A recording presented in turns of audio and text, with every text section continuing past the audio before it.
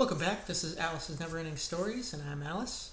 And we're getting really close to finishing the Invisible Man by H.G. Wells, and we are on chapter 28. The Hunter Hunted. Ooh.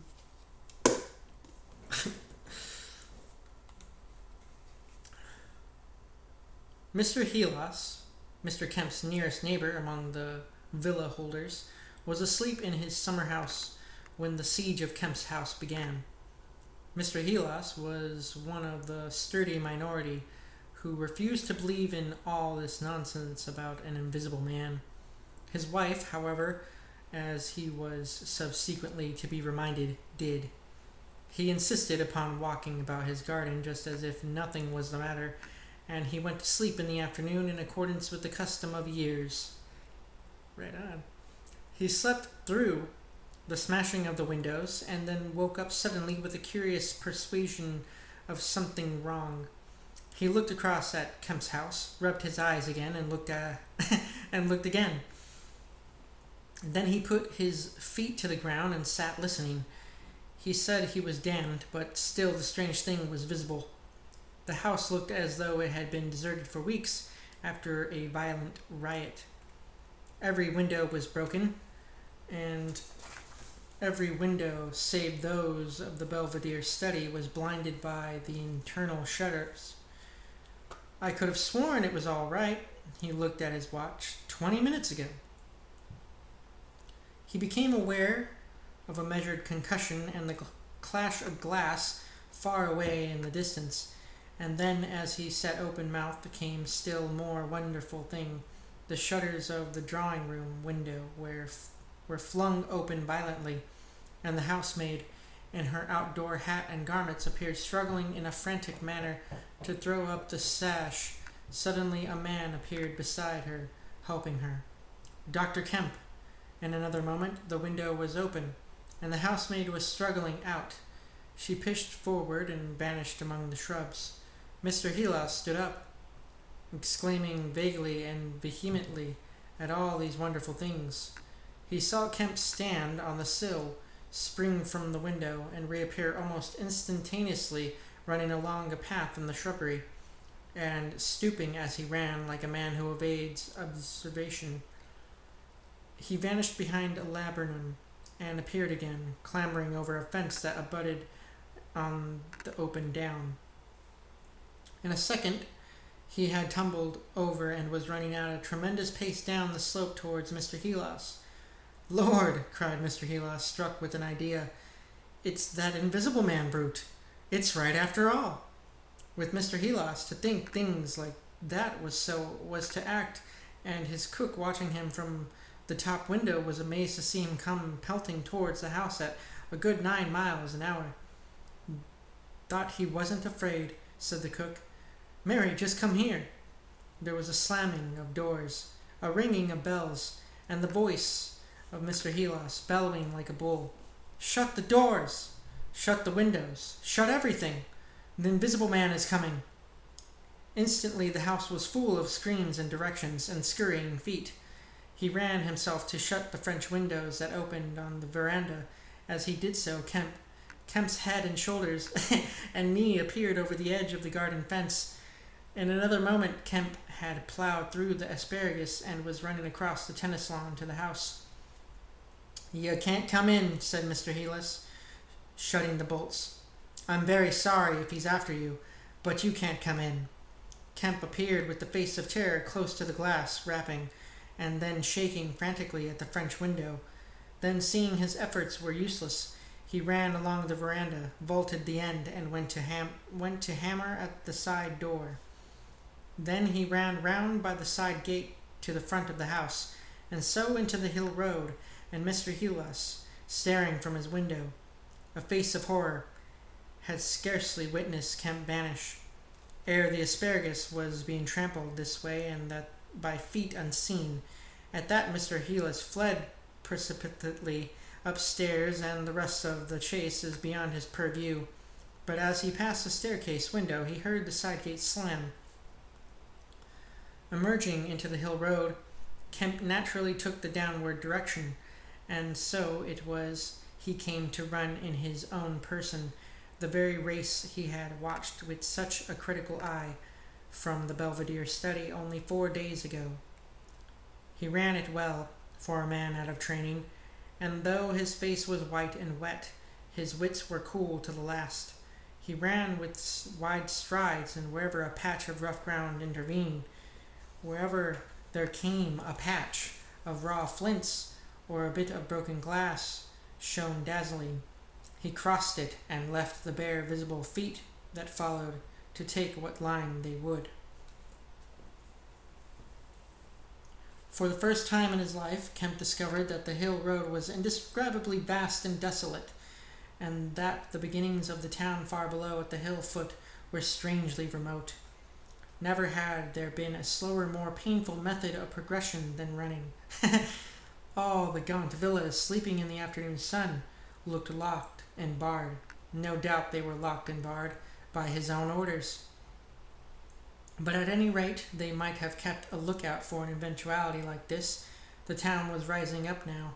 The sea had dropped out of sight behind it, and people down below were stirring. A tram was just arriving at the hill foot. Beyond that was the police station.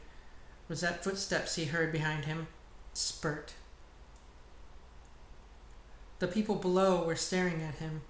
One or two were running, and his breath was beginning to saw in his throat. The tram was quite near now, and the Jolly Cricketers was noisily bearing its doors. Beyond the tram were posts and heaps of gravel, the drainage works. He had a transitory idea of jumping into the tram and slamming the doors, and then he resolved to go for the police station. In another moment he had passed the door of the Jolly Cricketers, and was in the blistering fag end of the street. With the human beings about him, the tram driver and his helper, arrested by the sight of his furious haste, stood staring with the tram horses unhitched. Further on, the astonished features of navvies appeared above the mounds of gravel. His pace broke a little, and then he heard the swift pad of his pursuer, and leapt forward again. "The invisible man!" he cried to the navvies with a vague indicative gesture, and by an inspiration leaped the excavation and placed a burly group between him and the chase. Then, abandoning the idea of the police station, he turned into a little side street, rushed by a greengrocer's cart, hesitated for the 10th of a second at the door of a sweet stuff shop, and then made for the mouth of an alley that ran back into the main hill street again.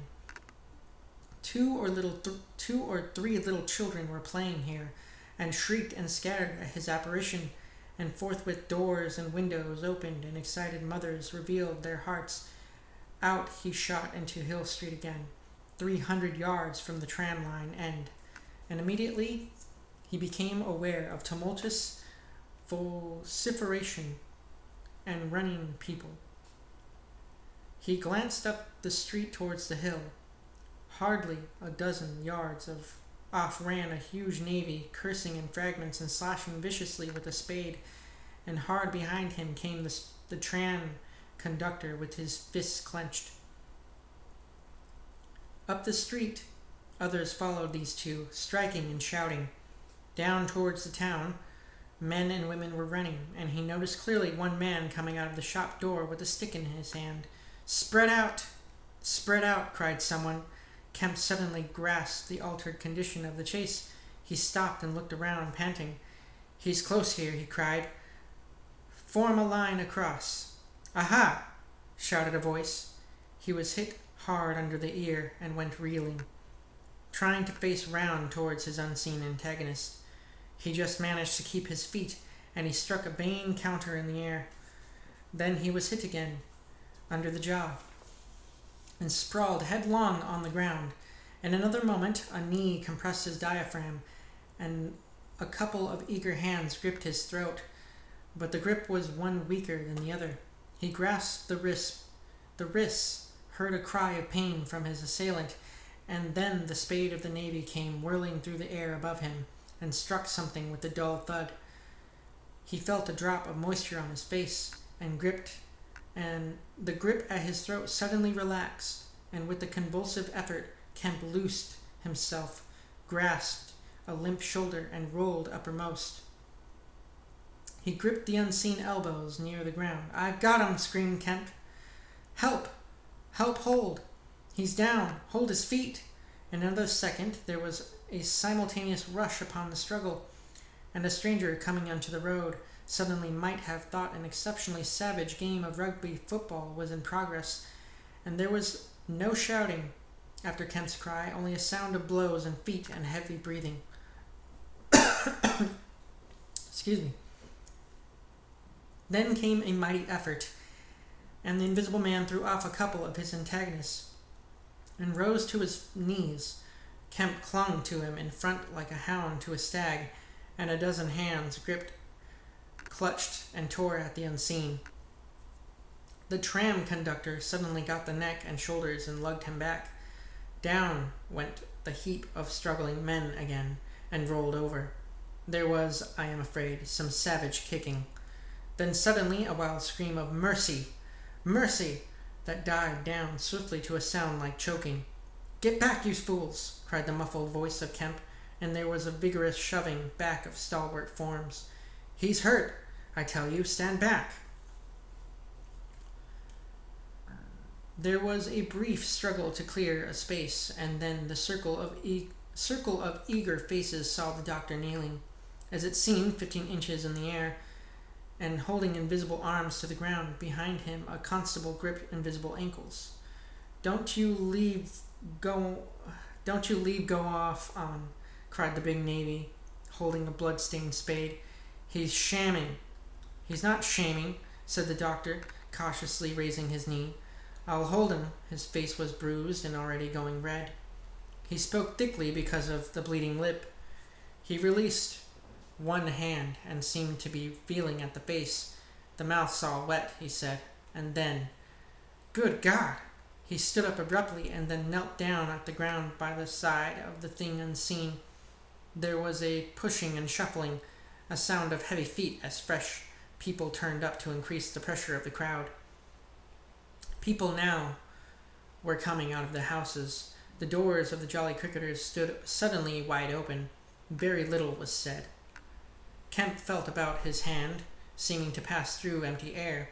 "He's not breathing," he said, "and then I can't feel his heart. His side, ugh!" Suddenly an old woman peering under the arm of the big navy screamed sharply. "Looky there," she said, and thrust out a wrinkled finger.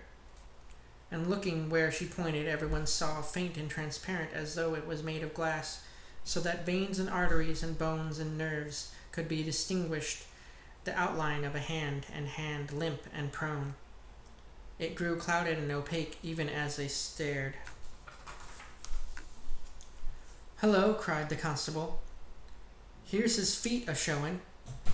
And so slowly, beginning at his hands and feet, creeping along his limbs to the vital centers of his body, that strange change continued. It was like the slow spreading of a poison. First came the little white nerves, a hazy gray sketch of a limb, when the glassy bones and intricate arteries. Then the flesh and skin, first a faint fogginess and then growing rapidly dense and opaque. Presently they could see his crushed chest and his shoulders, and the dim outline of his drawn and battered features.